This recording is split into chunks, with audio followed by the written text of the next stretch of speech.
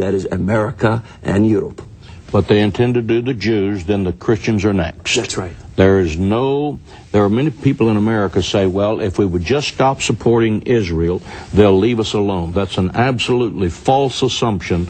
We are connected together, not politically, we're connected together theologically. Yes, appeasement, as Churchill said, is feeding the crocodile until I'm the last to go. Yes, hoping he won't eat you. Yes. Tell our audience, what is an honor killing? And most Americans think that honor killing is the process of a family member killing a girl if she commits adultery. This is only one perspective. There's only one part of it. Honor killing is killing anyone who dishonors either his honor, whether with sexual immorality or his faith. So a Muslim becoming a Christian like myself is to be killed as an honor killing. So honor killing goes beyond the spectrum of killing just the girls. The first honor killing that we witnessed was going to our school.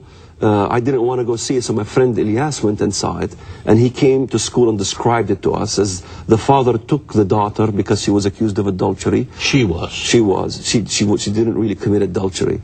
But he decapitated her on the doorstep of his home.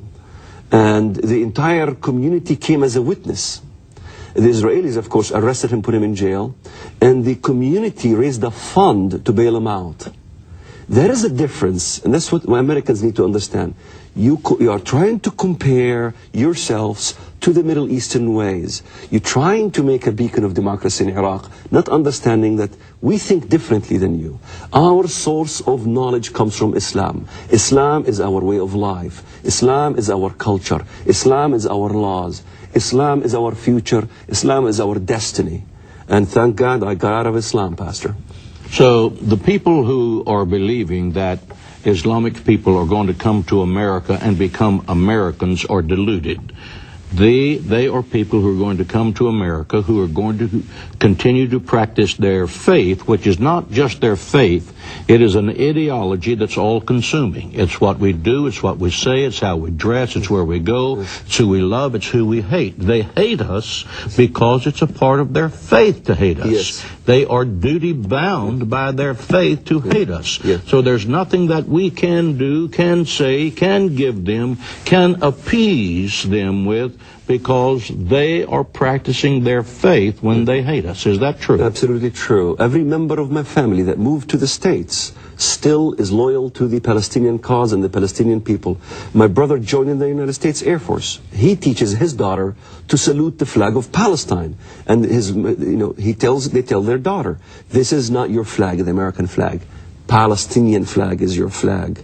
And I had a cousin who slammed his taxi cab into a synagogue, trying to kill himself and destroy the synagogue. I have another cousin who embezzles millions of dollars from the United States and aids and abets, manufacturing false passports. If I look at my family, just my family alone, I haven't found a single one that would sympathize with what I've done.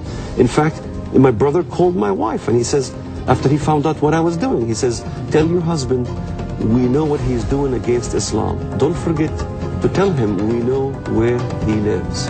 We'll be right back. You want to hear the rest of the story.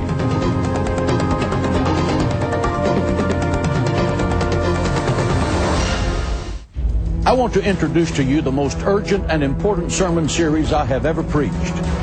World War III has begun.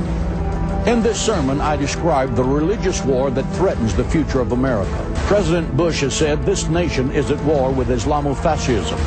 It is life or death. We want to live, and the Islamofascists want to die in a holy war.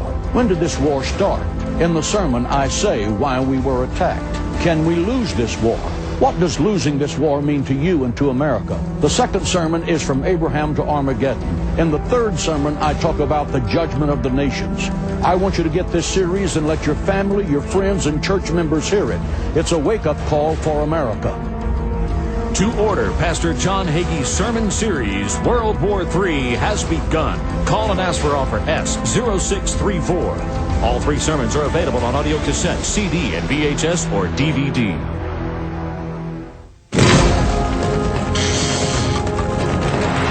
Thank you for rejoining us. My guest today is Walid Shuibat.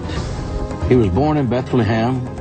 He was trained as a child in the Islamic theology to hate the Jewish people, to consider them as the offspring of monkeys, to consider them as defiled, as the source of every malady on the face of the earth.